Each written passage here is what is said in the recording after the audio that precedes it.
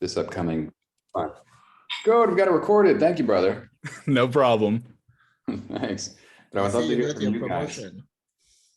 What's that? No, I'm joking with Conward saying that he got his promotion to record. Which is, Moving up in the world. Nice. But I would love to hear from whoever feels inspired to go next, what you're here for, what you're interested in. I think entrepreneurs are hustlers at some point, and Conward just to show the leadership, how to hustle and permissions and stuff. And this is what entrepreneurs do. For me, I think it's something very new. And I don't know, like I started off making a game, but I didn't feel like entrepreneur. I just felt like going with passion and learning. Then at some point started, found a job and like did a career there. And then also didn't feel like an entrepreneur. On the side, learned about blockchain and started investing. And once this project Catalyst opened, basically that was like day one, I felt like, okay, this is the path, and also over time kind of understood. Now I feel like more of an entrepreneur trying to manage projects, trying to help others, trying to find like connections and do it in a decentralized way.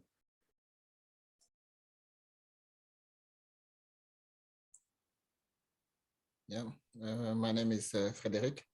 I live in Canada, but I do have Cardano solutions in Africa. Like I like especially the blockchain, given that my way of living in Canada and Congo, I had faced issues of money transfer. So I initiated an application for money transfer, more value transfer. It's called Equival. It's among the projects which are supported by the Arab Incubator. I think you heard it in the last town hall. We are getting support in terms of how to build a team, how to do the entrepreneurship.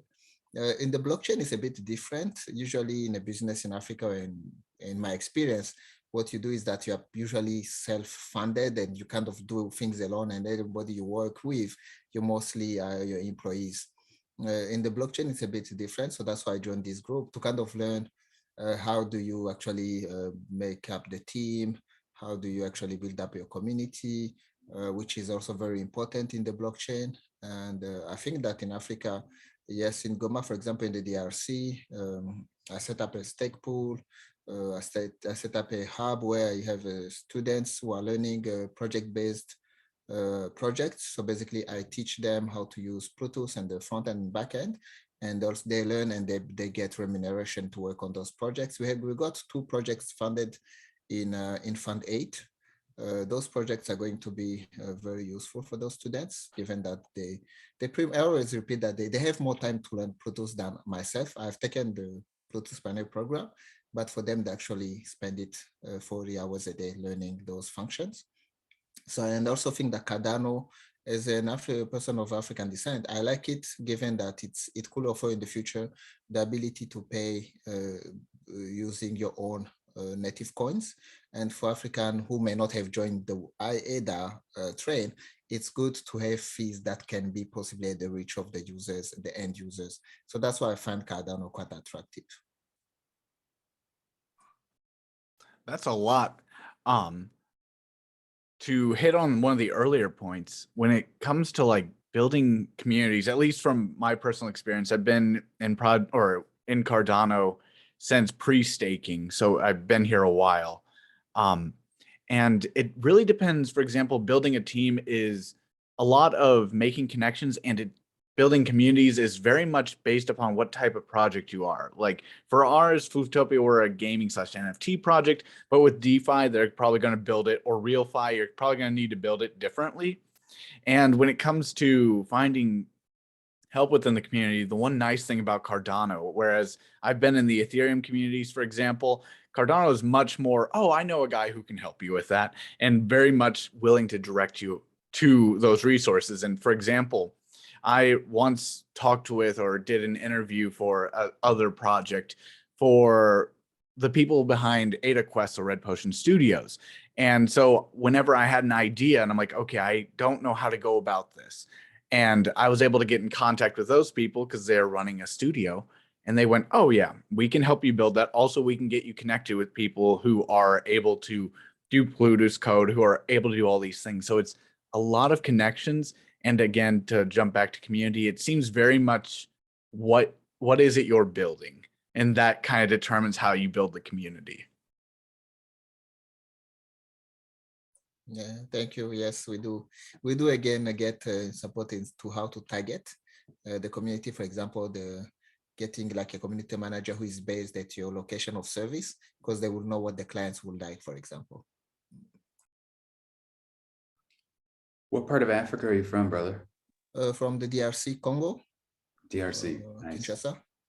Yeah, I was in Ghana, not too far from there. Love Yeah. Central Africa. Yeah, through WADA, we also have people, members from Ghana. We kind of work together. Nice, nice.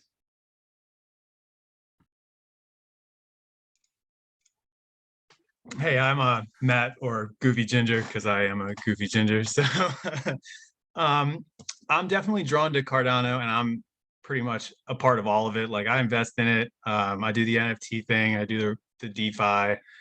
I'm learning Haskell right now. I'm a Catalyst advisor, and I work on a couple projects. I'm big into Cardano outreach and educating people on just blockchain in general. So last year, I actually spent the majority of the year going up and down the East Coast and just talking to random people and setting up Yori wallets with them and just like doing a transaction in front of them. Like, it was awesome, like showing them Catalyst and all that stuff. But on the topic of entrepreneurship, like, I have a crazy work history. My foundation is a degree in psychology, but I wanted to touch on, I don't know how you pronounce your name, so I'm just going to say Swift, what you were saying about the community. Like, I like to facilitate those networking connections. That's really important to me, and I've done that kind of my whole life. So that's what was really interesting to me about Cardano, is as soon as I got in here, I was just like, wow, it's really easy to start talking to people, like you said. And then I just kept passing it forward. Like, well, I met this person who knows Haskell. He was in the first cohort. Like, let me hook you guys up, so, you know, maybe you don't have to reinvent the wheel with everything. So I really like to help facilitate projects, and I just like to be involved and help in any way I can. Like, if it's a cool project that I can think of, then yeah, you know, I'll try and go for it on my own. But I really do like to contribute and help the community. That's the biggest draw. Oh, and side, it's just Onward with the C in front of it. It's a weird name, fair enough. As long as you're close, it doesn't matter. Sorry about that. Oh no, it comes with the territory of a weird name. So by no means can I be upset about that. But again, I came from the kind of the same place, which was, so the first venture originally was actually something called the Cardano Convo, which I had to put on hold while working on a couple other projects, which was like interviewing and talking with different projects.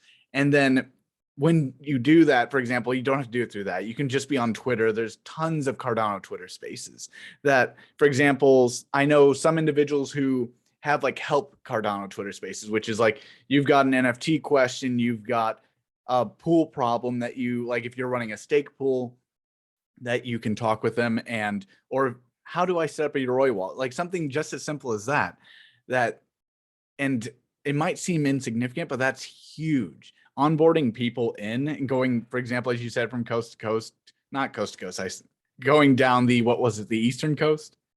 Okay. Yeah. It was like 50-50 shot there.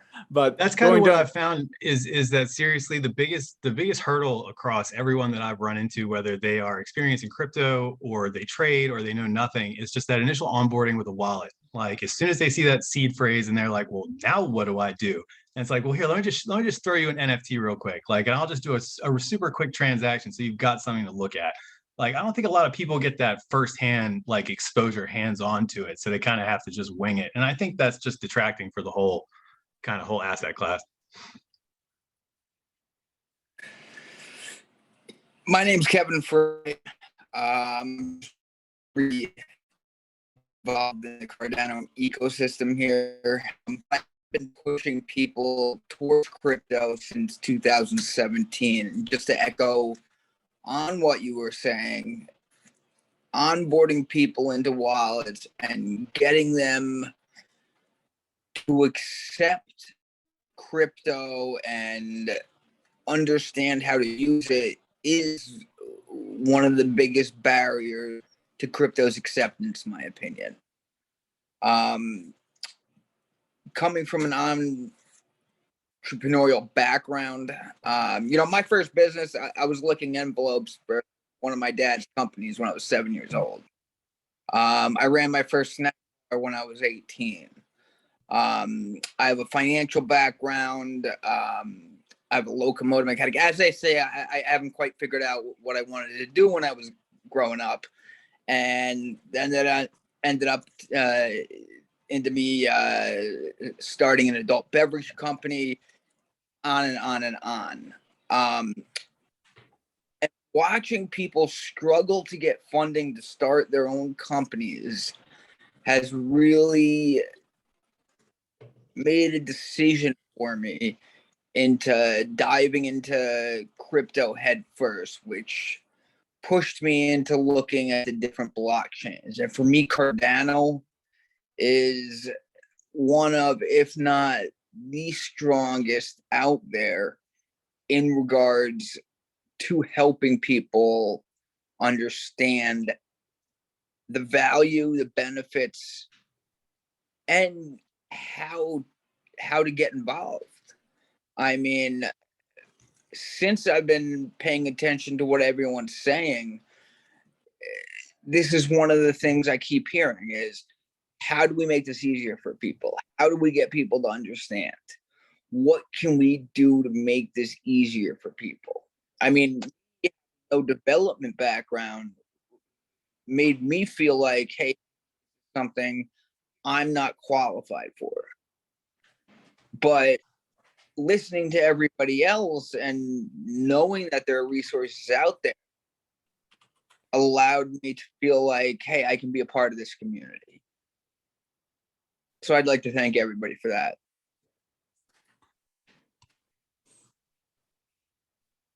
I don't wish to speak for the whole community, but oh, no problem at all.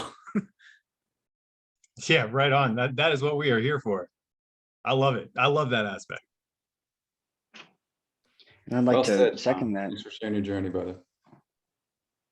I'd like to second that. I really do feel that Cardano is one of the only communities where the definition of value is different than the rest of the crypto ecosystem. I came from Ethereum and Bitcoin, and a lot of those other smart contract networks define value as monetary representation, whereas in Cardano, it's really about community development. And that's what brings value, provides value, and it's just a full circle of bringing the community up, getting them prepared and well informed, and then what is the value proposition? What can you provide? What problems are you solving and solutions are you implementing? Whereas I do find on a lot of the other blockchain networks is values defined as a monetary representation. So I agree, I'm right there with you.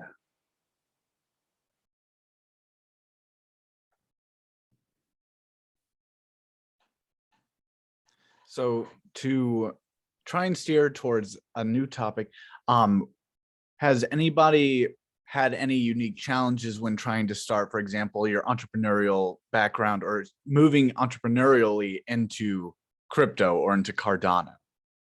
For example, an example to give a short would be when trying to start like a bank account, for example, or when trying to get loans, that can be quite difficult as a crypto-based company, or if you're an entrepreneur that's working in the crypto space. So I just wanted to hear, because I know we've got people from all kinds of backgrounds, whether it be, for example, from the DCR, Canada, USA, etc. So I just thought I would help move it in that direction. Gon, I see you've got your hand up. Yes. Hi everyone. I'm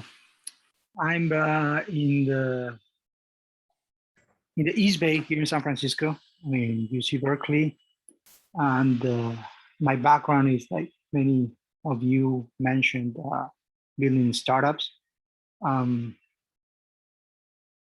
I have a different vision when I came to Cardano. In terms of entrepreneurship, I was really skeptical about the whole industry.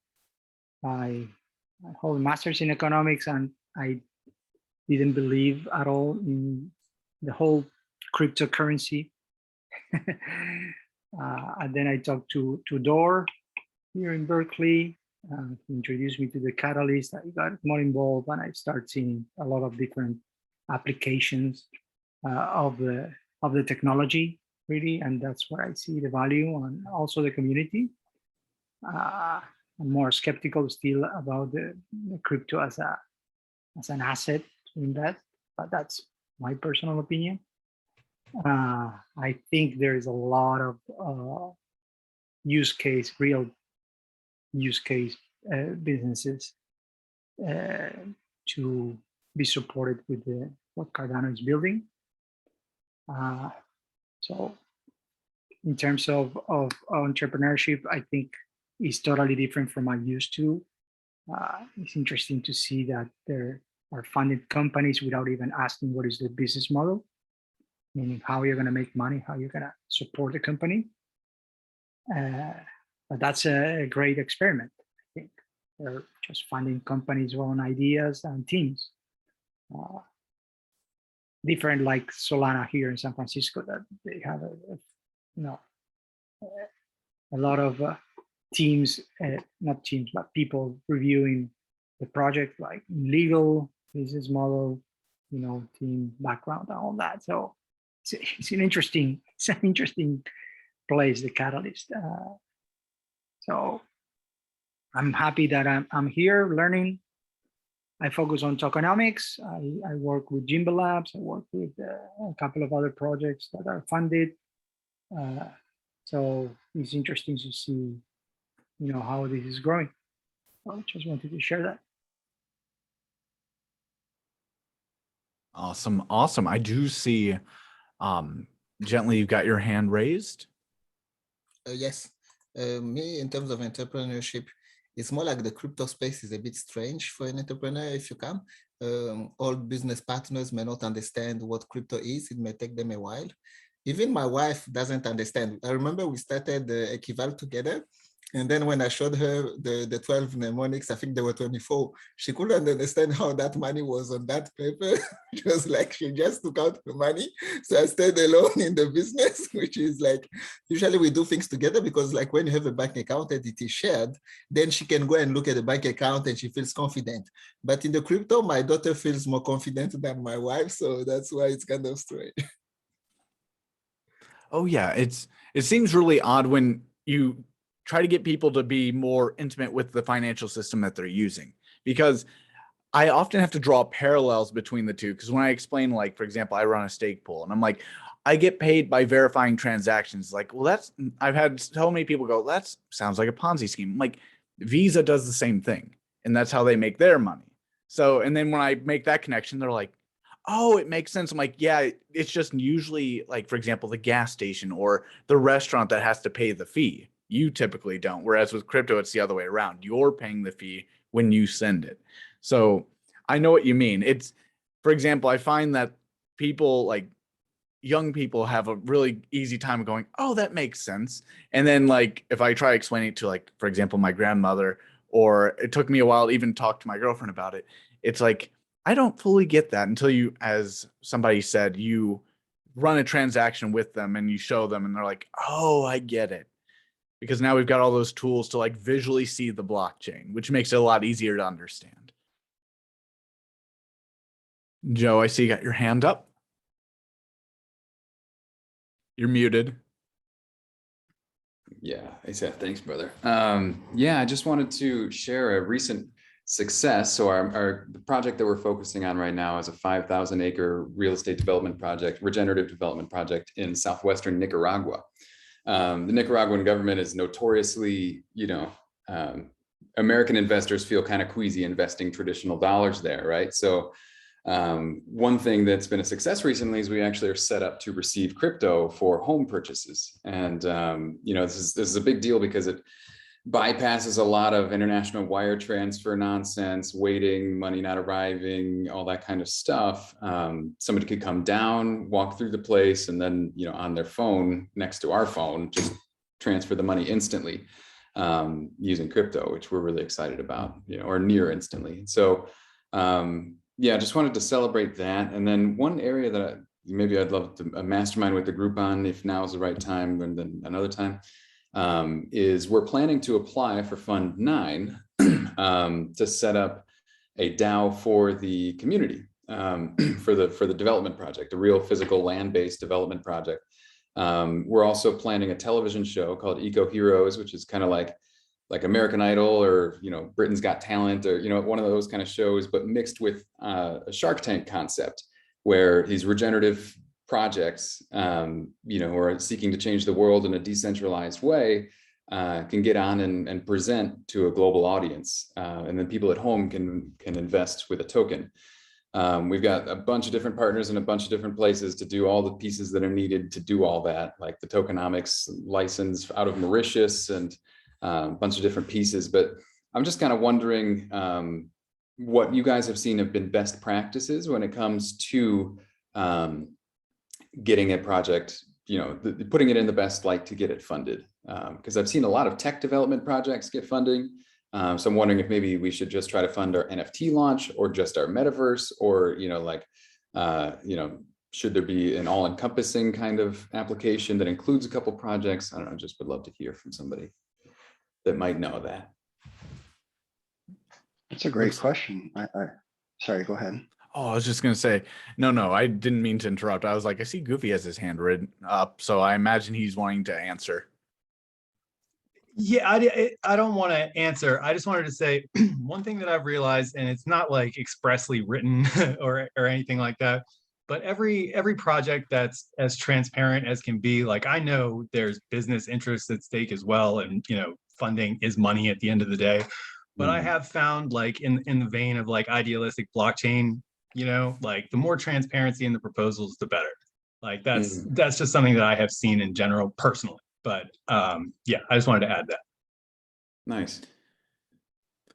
Do you feel an appetite amongst the group for projects that give more exposure to Cardano, like a TV show would, or is it primarily functions that make the system work better? It depends. Like, that is to say, there's a lot of, I wouldn't say one factor rules more than another, because again, these are a bunch of individuals with ADA in their wallets who are making these votes. But from what I've seen, if you have either made something previously in the ecosystem, that gives you a good head start into your proposal being backed. If people recognize your name, for example, from the first reason, as in you built something.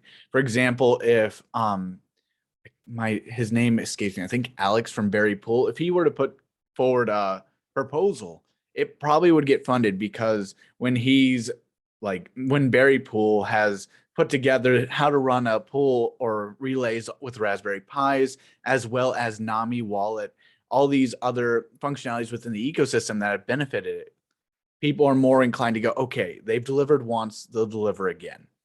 And it's a mixture, I imagine, as well, of popularity. So if you're, let's say, a large YouTuber and you put together a proposal, well, one, you've got the sway of an audience to point to and advertise it. So I can't say it's one or the other. It truly depends on how much value people think it'll bring and if they're willing to vote, which I know is somewhat of a non-answer. But it's hard to say the formula is X, Y, and Z. And if you can get these three things, you're going to get funded. It's very dependent. Cool. I think, Tom, you're raising your hand. I was about to say, I saw that. Sorry. What's up, Tom?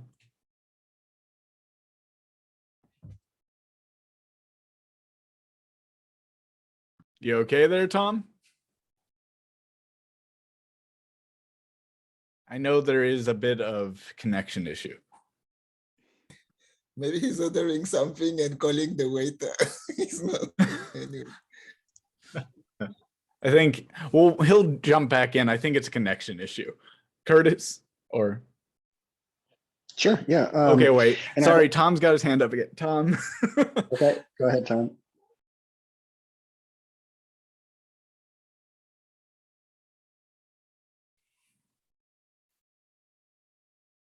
He might be messaging in chat, and if so, let's. Yeah.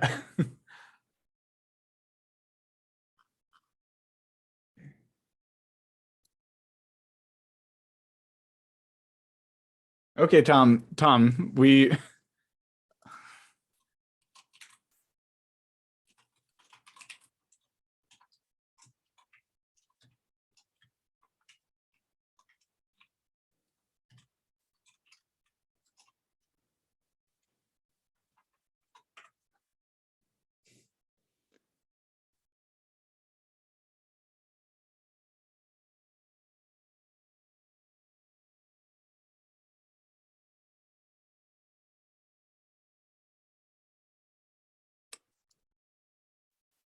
okay, Curtis, sorry. Sure. So yeah, I think you had a great question there, Joe. And in the traditional sense, right, there's kind of a standard process one would go to get funding and potentially some VC funding. But in this space, right, there's so many options, and it's less common to find the traditional sense of VC funding for entrepreneurs. There's so many options available to them with Catalyst and tokenomics and so forth. So if your goal is to be DAO driven, then I find some other projects, some of the examples that they use is they develop that DAO and start to develop their community and have their community help them make those decisions along the way. Do we want VC funding? Do we want to get it through Catalyst, or do we want to bring tokenomics, into the mix and get the value from the community themselves, or the funding from the community themselves? And I see a lot of projects doing that. They start to sell their own token with promises to produce some service or offering or functionality to the ecosystem. And in your case, like the TV series, right? Try to promote it and build up a community, and then have them be the DAO and make those decisions on how should we seek out funding. Would you prefer VC, Catalyst? Would you guys mind, buying up some of the tokens of our assets so that we can continue to sustain and support this effort, this goal? I think bringing community into that decision early on tends to get right. It's essentially like the community is making the decision, so the community is going to follow you along the way because it's their decision power, their voting power that gets implemented. If that helps at all. That's brilliant. Yeah. Thank you, brother.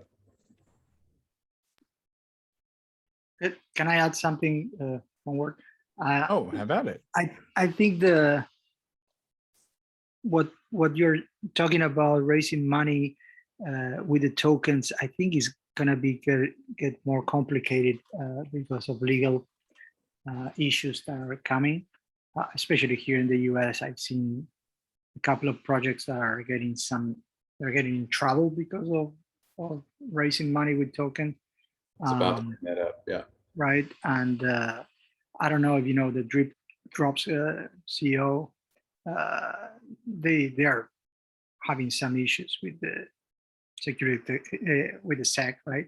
Because of and they say usually is easier to create a token that is more like utility based and then raise money traditional way. Maybe I know that is not that attractive as having a dual token. Maybe you have a security token plus a utility token, right?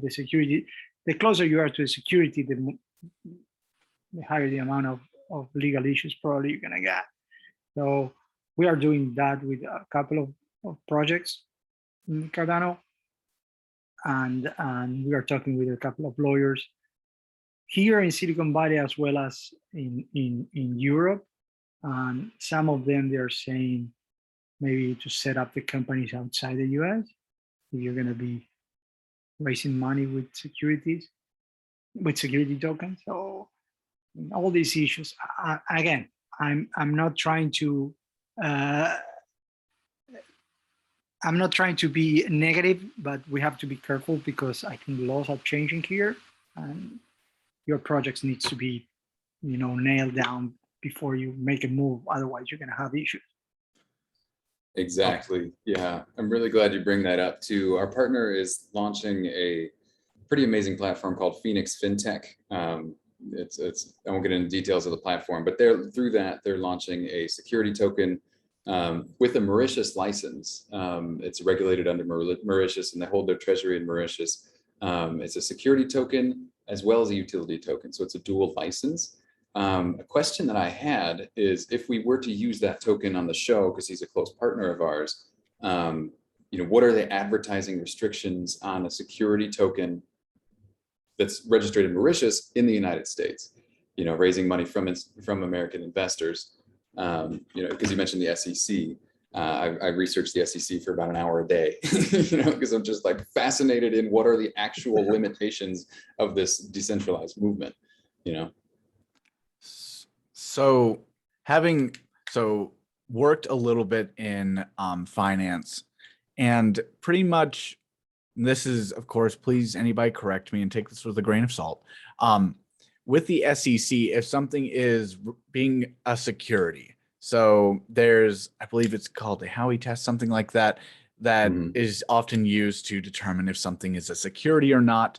Then once you do that, well, the problem is it makes it so that only registered, not advisors, what is it? There's accredited investors. That's it. Yep.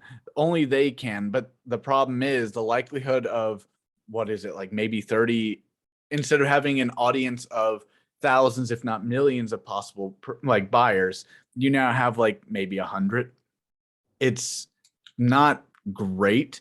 So that's why it really depends. Like when I've talked with our lawyers about making a utility token, and I'm from the USA, a lot of it leads me to believe maybe we should make the company elsewhere because of those hindrances. But the lawyers also have said it depends. So if you're making a security, obviously you're going to run into the SEC. If it's just a pure utility token, in the same way that the SEC doesn't register Roblox or World of Warcraft Gold, it doesn't, because none of those are acting as securities. They're purely utility, like currencies. But it, from what my lawyers have told me, and of course, again, this isn't legal advice, they said because the US doesn't know how it's going to regulate a lot of these things, because they're still working on that, it's how well can you show that you're acting in good faith. So, for example, how much are you avoiding making it into a mutual fund token or making sure it's not a stock? Because if it's paying out dividends based upon how well the show's doing, then you start running into almost like a common stock. So stuff like that for the USA, at least.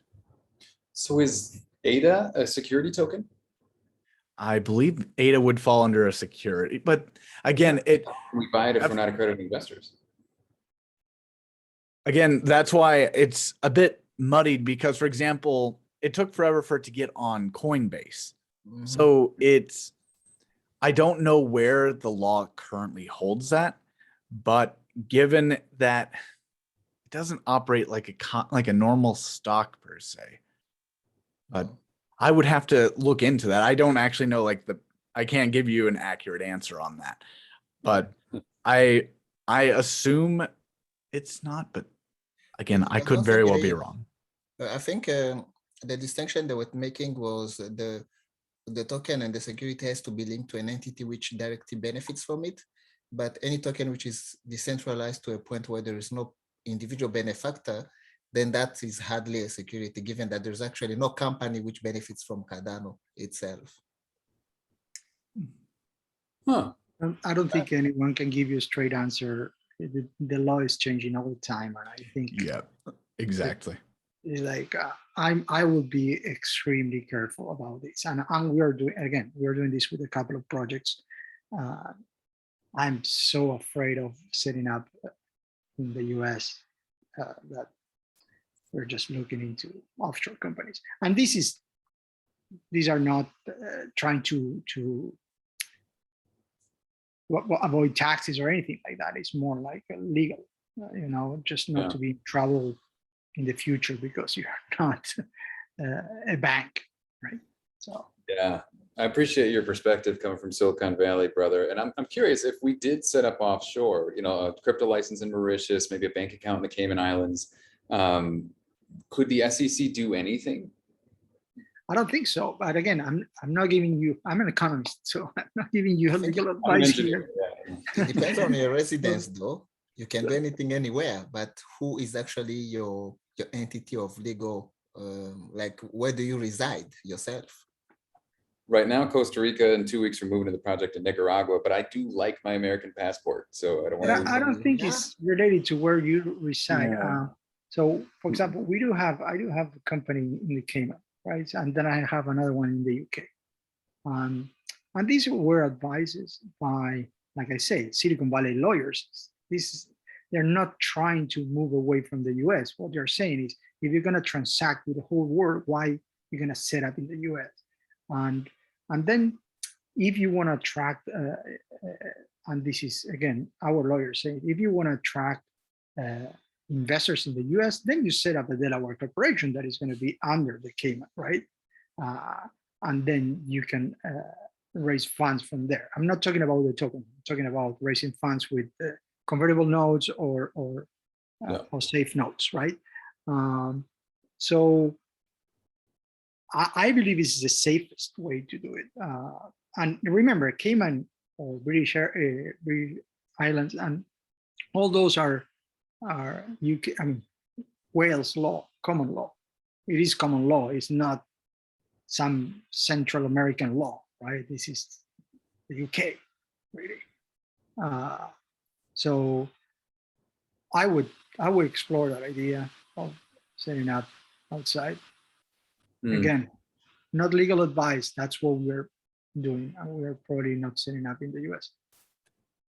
Awesome. I can say having a company in the US creates a lot of problems, which is why when it's interesting, a lot of our the studio we use, who again are Red Potion, who are the minds behind AdaQuest, it's a lot of, for example, we're working with people from Germany. Company is based in the US. At some point, we're going to definitely either like move, for example, as you said, bank account to the Cayman Islands. I'm moving the company to Portugal, places with much friendlier like laws with regards to that. And I know, for example, Vi Finance, as I'm sure many of you have heard of that, DeFi project. You've got the CMO or Chief Marketing Officer. I think now it's a CIO, but Jack, he lives in New York or in the US, and then the CEO lives in Australia and the company is based in Australia. So there's a lot of projects that are kind of using what is the most advantageous place. So that's a lot of having to do your own research, see what the crypto laws, and the thing is that doesn't mean 5 years from now, those crypto laws are going to be the same. So it's very much playing it by ear and seeing how the the government start to either crack down or let loose on it. Lucy, I see you got your hand up. I do. Hey guys, this is a really interesting conversation. And so I know that there was a lot of talk about what, constitutes security. And I know that there's a huge case right now in the United States with the SEC versus XRP, which is eventually going to solidify the laws and what is a security in the United States. So I think also one of the things that is being very talked about in that specific case is if there was some language in the company or when they're presenting the coin that it is promising, the value in the coin. If there's a promise that if you buy this coin, you're going to get more money or you're going to get more money later on, I think that's really what gets people in trouble. In addition, because the crypto laws here in the United States are in limbo in a way, that's why a lot of projects, when they do offer a coin, they exclude the United States because we are not very clear on the crypto. I'm thinking this case with the XRP is going to be critical for, crypto going forward. But in that meantime, we are in limbo. Anything can happen. They can come back and change it. I think right now I'd like to say that crypto laws are very fluid. And we just had our our taxes that we just did. And again, we're really nervous about it because you don't know if they're going to go and change something and make it retroactive. So again, and again, not financial advice, nothing like that, but just in my experience, I think being very clear on what your goal is, not really making any promises on what the intent of the coin is. And also, if you're truly concerned about it, you'd have to exclude the United States or people from the United States buying your your coin.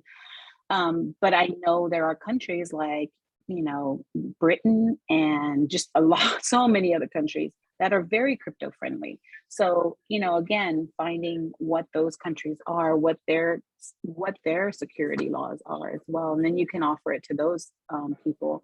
But it's a really great question because right now in the United States, it's very muddy.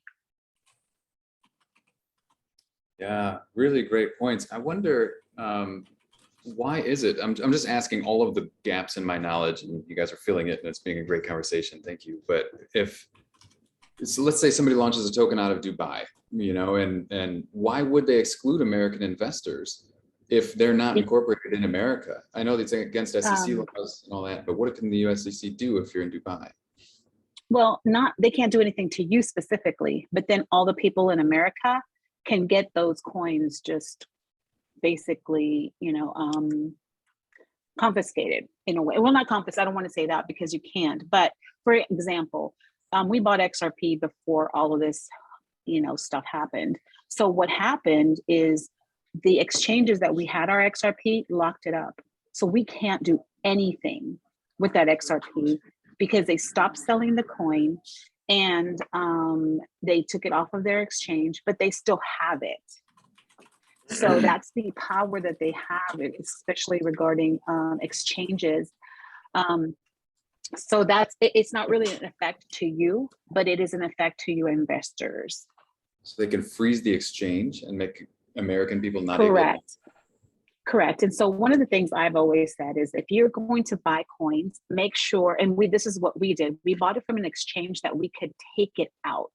Where, basically, if you don't have the keys to those coins, they're not your coins.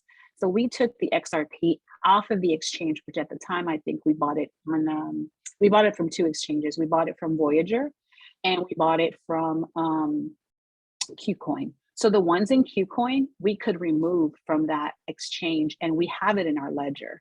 However, the coins that we bought on Voyager, you can't. Those are frozen. You cannot remove until everything is settled with a lawsuit. So again, this is the impact that it has on American buyers. And if they basically, let's say you bought $10,000 worth of XRP and the exchange freezes it, you don't have access to that. So mind you, XRP in the United States is basically a frozen asset, but all around the world, they're being used actively. It is a huge asset to the rest of the financial world. But here in the United States, we can't do anything with it, which is why it's such a huge, important lawsuit that's happening right now. But that's why I would recommend that if you really were serious about it, you'd have to just, until those laws are more solidified in the United States, you have a lot of other people in other countries that are really ready to do that. But then you'd have to see what the security laws are in those states, in those countries. But I would probably spearhead some crypto-friendly countries like El Salvador, Paraguay. I know there's a lot of places in Europe who love it. And Spain is a big one, Portugal, Brazil. Those are a lot of other places that you could, but again, the United States, which makes me sad because I live in Texas, I live in the United States. There's a lot of opportunities that I want to invest in and I can't. They close it off directly to United States investors, which makes me sad, y'all. It's a sad situation because these are really great projects. And so, that's what I've learned kind of the hard way. But, I hope you guys found that helpful. Brilliant. Thank you, Lucy.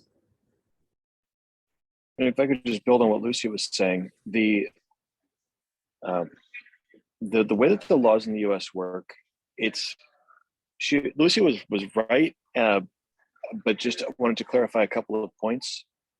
The laws, the SEC issuance laws for securities are not geared at the investor. The orientation of the SEC is to protect the investor from issuers that may not give them all of the information about their risks. So the reason a company, say in Dubai, would not take dollars from Americans is that the SEC would come at that company and say, you took advantage of these Americans and you took their dollars and you have to give them back. And so the Ripple case is currently being held up. The exchanges are holding the tokens because they don't want to be held responsible as well as a kind of a co-defendant in the trial. That they went ahead and they also supplied tokens to individuals and took money from people in an illegal securities offering. So you can get around it is the wrong word, but you can be on the right side of the law and do things in the US, but you have to hire securities lawyers. You have to go through the proper procedures. You have to KYC all your investors, and there's the laws you have to follow. And I think a lot of the projects that are being built in other parts of the world see that they don't have to go through that because they don't need to bother with getting Americans' dollars. They can just get enough money from everywhere else. So even if you're based in Dubai, if you're going to take Americans' dollars, the SEC can come after you. Wow. And if they try to come after you, what can they do? If you're in they can. So generally speaking, any of these, maybe they would seek a settlement, maybe they'd seek a judgment. But in the typical case, the judgment is some sort of punitive fine in addition to returning the money to the people that bought the tokens from you. Wow. And what enforcement would they have if your money's not in the US, if your employees aren't in the US, if if Taiwan is saying that I owe money, why don't, and I'm in Nicaragua, like, what are they going to do? Well, yeah, offering unregistered and improperly disclosed securities to an American puts you within the American legal framework. Even if you don't go to the US, like making a phone call into the US, taking an internet website and allowing it to be viewed in the US. That's why JET isn't allowing Americans to view the tokens and mint on the testnet. They don't want to be they don't want anybody to see that they've marketed to Americans. Would it be fair to say, because I think I see what Joe is saying, it's more of if my company, if I as well am not in America, how will the SEC do anything to me and or my company, as opposed to for example, the buyer. But I guess tell me if this makes sense. For example, the US does have control over, for example, Coinbase. There's a lot of exchanges that won't allow American users because of the SEC, because then you run into those issues. And so I don't imagine, to answer Joe, they could do anything or enforce particularly anything. They'll say, you have a fine, you need to do all this, but technically they can't force that on you because you're not they can't fly over to Nicaragua or to the Cayman Islands and enforce it, or at least they won't. But for example, it doesn't mean that you're not going to get bad publicity, because if all these exchanges that you were selling on go, we're going to play it safe, we're not going to get the token out there because we have to function within the USA. So then that would be a bad move there. At least that's what I got from that. Please do correct me if I'm wrong. Yeah. But I think it depends on how big you are. If you are still small, you can do P2P. It's P2P in crypto is not allowed in the US, but they do it on exchanges. It depends on how big you are. Once you have reached the level where you are impactful in a country, then, for example, like a big Binance type of thing, then the country comes to you, right? And the US doesn't need to come and act itself. The US has a soft power, which you feel it when you're outside of the US, right? So like in Congo, we have no dealings with the US, but indirectly we feel the power of the US, even pushing governments to do things that the US wants. Yeah.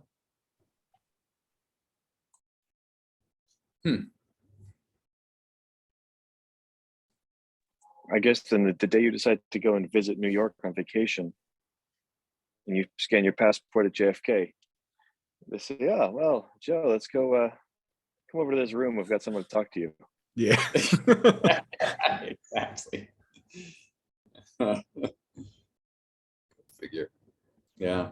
I don't know, man. It feels like a lot of injustice. I'm ready for a whole lot of policy change on all this shit because it's just ridiculous. People deserve the ability to invest in what they believe in. It's, you know, our hard-earned money that we're putting behind these tokens. Why can't we put the tokens wherever we want them? You know, like, why can't we, like, it's just, it kind of pisses me off, and it makes me want to launch the show to just like create a public swell of like people that back the show, that like believe in it, and, you know, start a grassroots movement. I have a very radical concept that I'm going to launch on Cardano. I think within the next 6 months, it'll be out. Nice. Why don't you give us some alpha right now? Well, this is a recorded space, but Oh, it's going to be something it's going to be Message something me you've later never then. seen before. It's going to be something you've never seen before in Cardano or really anywhere else. And it's going to end up rivaling Project Catalyst for its impact on the community. Very nice. Just sorry, I just paste something. If anyone is interested, just then you go there and you click on draft, and then this is an interesting place where you see really the legal setup of a DAO in different jurisdictions. I think the one is in Switzerland. It's called Swiss Marine. So if anyone is interested, just you can play with it and you can see what are the legal structures at each of these places is setting up.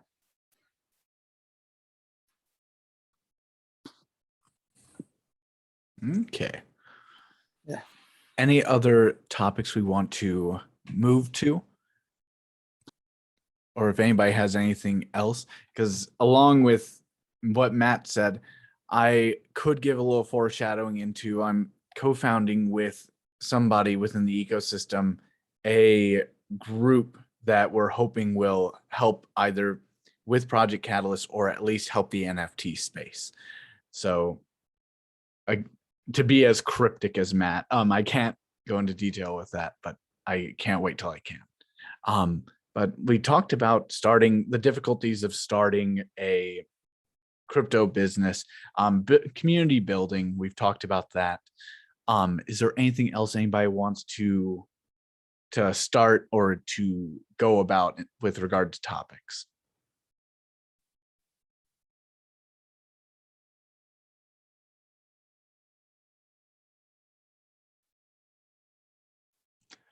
Okay.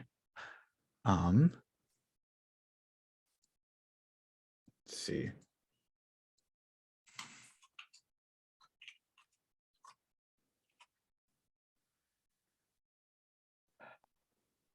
Thanks, guys. Great talk. I'm gonna have to jump.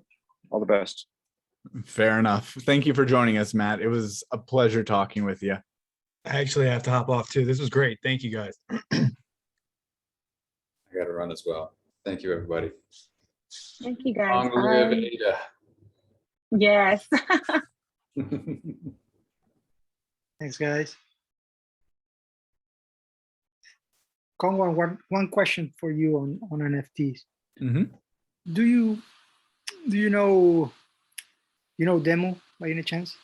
The project Demo? Demo. Yeah, it's just been funded. Oh, it's decentralized music. So it's a platform for decentralized music. I have heard of it a little bit, but barely. Okay, Session is the one. But we are doing. I'm helping on that, and it's not my project. But since you mentioned NFTs and all this, maybe I don't know. I reach out to you and maybe ask you a couple of questions later. Oh, sure thing. What will the questions be about? Because when it comes to NFTs, it depends how technical or how deep we go as to my knowledge. Like I've got a decent, but I know there are many people with far more knowledge on NFTs than I. I don't think it's very technical. It's Plutus, I think they're working on the Plutus technology. These guys they have the support of Jimba Labs. I don't know, Jimba Labs in there. So Yeah, I know who they are. okay, so I don't think technology is going to be an issue. It's more a question of type of rights you can give to the NFTs, and I know that your project is related to that. More like It'll we are be still discussing rights on the end user, if they can have rights on, for example, music or not. These are probably the questions. It's going to be, imagine, a mixture of legal and technical issues, because, for example, for Ethereum NFTs, they come from like smart contracts, which allows, I imagine, which is why you can go to, what is it? OpenSeas, is that it? Yep. As a NFT marketplace, and you can set a certain commission. So anytime that NFT is sold, you'll get a portion. But for Cardano, it's not based upon smart contracts.